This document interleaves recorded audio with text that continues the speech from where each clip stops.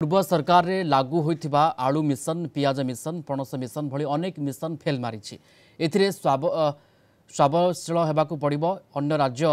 उपरे निर्भरशीलता धीरे धीरे बंद करा जिवो। आज ओयूटी रे वार्षिक उत्सव रे जोगदेई मुख्यमंत्री मोहन माझिया कहिसंती से भली 58टी सब डिविजन रो शीतल भंडार करबा पई पदक्षेप निया जायछि। आगामी 5 वर्ष रे प्रति ब्लॉक रे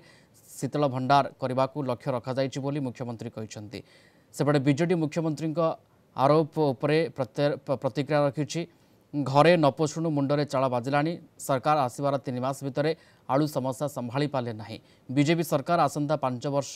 मध्य बाहर राज्य गोटे ट्रिप आलू न आनी राज्यर आवश्यकता अनुसार आलू उत्पादन करें आम जाणी बोली तुम्हें ओडिया अस्मितार धारक बोली खोला चैलेंज देछि बीजेडी। प्रतिष्ठा दिवस रे मु आह्वान देछि निश्चित भाव में गतकालीर फेल होइतिबा विभिन्न मिशन आलू मिशन पियाज मिशन पणस मिशन आगामी दिन में ये नुआ सरकार आउ थे निश्चित भाव में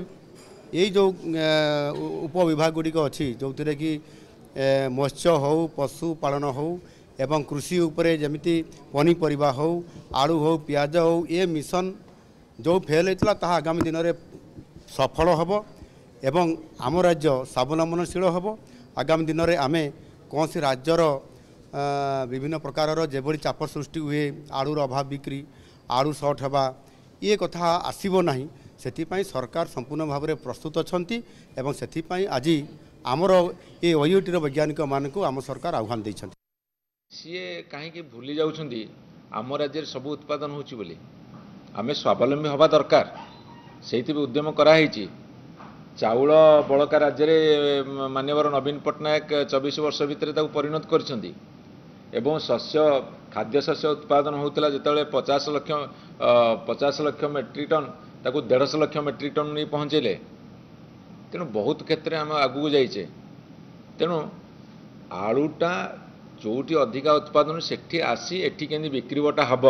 से कथा एटी आपण आउ गोटे कथा मन रखु आलू जी ओडिशा उत्पादन होची प्राय 7-8 मास भलरे चलुची यही जो पीरियडटा यही 4-5 मास यही पीरियडटा बाहर आलू मगाती सी तो सेतिके 3 मास भितर संभाली पारलेनी मुझे स्वागत करुच्ची।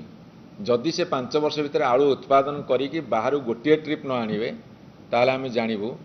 तमे ओडिया अस्मितार धारक और बाहक।